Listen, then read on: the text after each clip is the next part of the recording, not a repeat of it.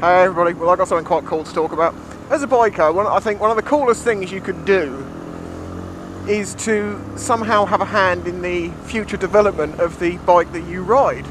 And I can actually say that I've done that.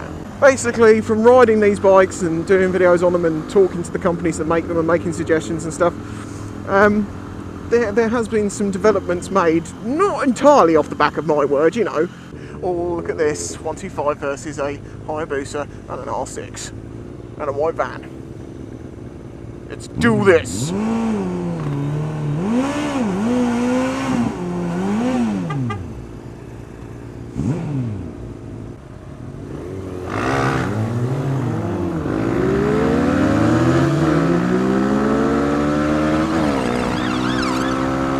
Right, cheer then!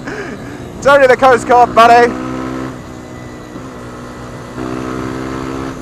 Yeah, not in the sense that, you know, it's only me that's made this happen. There's been lots of other influences, obviously, but I have had a part in it, and they've told me this, which is really fucking cool. I mean, I know it's a Chinese bike, as people say, but I think, you know, things have fucking changed. I think they're about to have quite a bit of fun. Yes, they are. Yeah, they've just brought out the Lexmoto Adrenaline, just very recently. Basically, Lexmoto and Pulse are under the same company of Lexeter, but they are brands in their own right. But the Lexmoto Pulse has got a few, you know, advancements on it that make it so much better than some of the other variations that are out there. For instance, it's got a full stainless steel exhaust system on it as stock. They've replaced lots of the little nuts and bolts with stainless steel where possible, and that was one of the things I said it's massively worthwhile doing, because it's not a huge cost on the cost of the bike, but it does make the bikes look nicer because you don't get little rusty bolts here and there. I mean, I have replaced some of mine and I keep them clean, and I've even cleaned some up and sprayed them at times. But as stock, that's pretty cool. It's also got adjustable rebound on the front suspension, which I don't know of any other variation of this bike having. Let's see. Oh, they've also changed to the bendy plastics. It's nice to see these bikes aren't just, you know, staying the same and getting a different name slapped on them. They actually are getting developed and improved and moving forwards, and they're starting to become an even better and better option. Of course, people are going to say to me, well, which one would you go for if you were going to buy one again? I haven't seen the bike, I've only seen it on spec. I've seen some pictures of it, and it looks very nice. It also comes in two main colours, I think, and then it's got like 8 variations of sticker colours. I'll put the improvements in the description, but yeah, just to say that I have had some small way I have helped forward and, you know, develop the bike that I've been riding for years. And that is freaking cool as a biker. I don't think you can say something much cooler. I know, obviously, doing the same with like a Suzuki or a Honda, you know, that would have a lot more weight to it, as it were. And it's kind of interesting, when I first got my Pulse, like, you know, so was it 7 years ago, nearly 8 years ago, at the time, the infrastructure around these bikes was not the same at all. Seriously, I mean, getting parts, yeah, you could get them generally, but sometimes if it was out of the country, you had like a 3-month wait, and it was ridiculous. But things got better and better, and Chinese Motorcycle Parts Online have done really well in keeping people stocked with the parts that they need and keeping enough in the country to keep everyone happy. You know, I've had contact with the you know, the Lexeter Group, Pulse and Chinese Motorcycle Parts Online, and Sinnis since I've been with them. But obviously with my Pulse, I was speaking to Lexeter way before I started vlogging, or a good couple of years before anyway.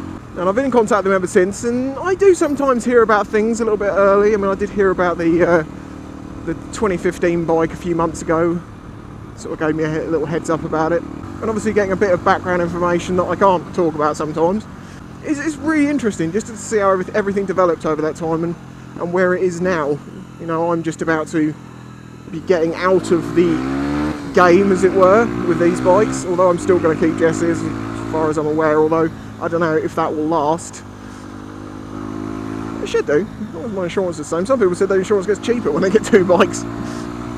It's nice to actually be listened to occasionally and have a respected opinion, because in real life it's not really that way so much. I mean, it is obviously with some things, but when particularly my bosses, basically, I've never felt like my opinion has been particularly respected. You know, and you see something coming up and you say, no, I think we need to do something about this now to avoid it happening. No, it'll be fine. And then it happens. And then all hell breaks loose and you're like, well, I don't want to say I told you so, but I told you so, buddy. I did. And you can do it 100 times and they'll never learn. When I was working the role of an assistant manager, I used to listen to my staff about stuff. I'd take their feedback.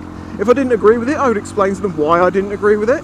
And explain why I'm going to go with my method. I mean, sometimes you say, look, I know you think your way's better, but I believe mine is, and at the end of the day, we're going to do it this way. It didn't happen very often, though.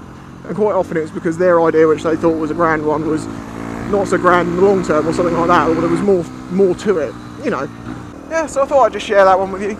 I think it means a lot more to me than it does to you, but for those that are interested in, you know, one of these types of bikes, do look into that Lexmoto, because from the spec point of view and knowing that they've done a few things like, you know, the stock stainless steel exhaust and changing the plastics and this front suspension rebound adjustment, they have kind of put themselves ahead of everyone else in small ways, but it's only small ways. So I'm still very happy with my bike. It's up to you which way you go, but just let you know. Anyway, I'll catch you next time.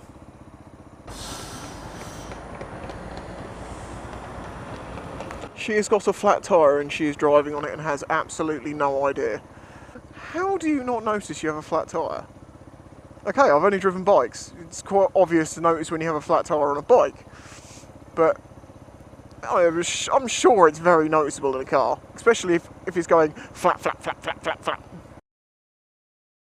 This is fucking insane! Jesus! Okay.